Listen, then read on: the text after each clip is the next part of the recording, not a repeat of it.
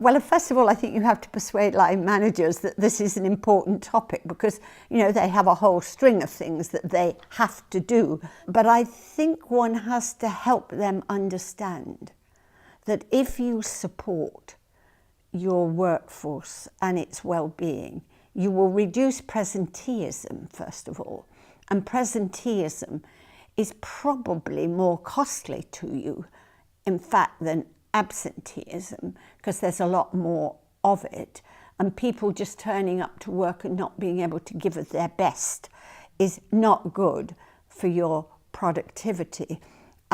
So I think one's got to enable them to understand that supporting their workforce is going to give them a more engaged and productive workforce.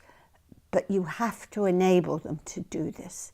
So it's not just giving them one lot of training and then saying, right, done that, tick that box, it's all okay now. You've got to ensure that they can maintain that skill and that they, the managers, are supported by the top of the house to deliver this, because they're under a huge amount of stress. But they are the people, the middle managers, are the people who are going to have all the other employees under their care.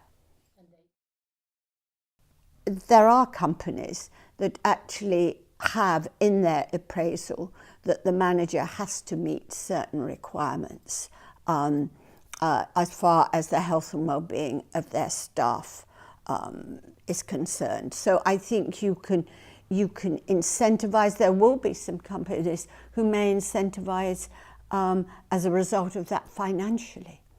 You know, there are all kinds of small incentives that you see going into companies, but you would hope that one of the best incentives for a line manager is seeing that they are doing extremely well when it looks at how their company is doing. If you have put in incentives, you have the opportunity, of course, to do employee surveys. So you can actually look at what the employee thinks of the company, and you can become even more specific than that. You can dig down to line manager effectiveness. And for example, in the survey Britain's Healthiest Workplace, which is an annual survey run by Vitality and Rand Europe, last year had 167 companies.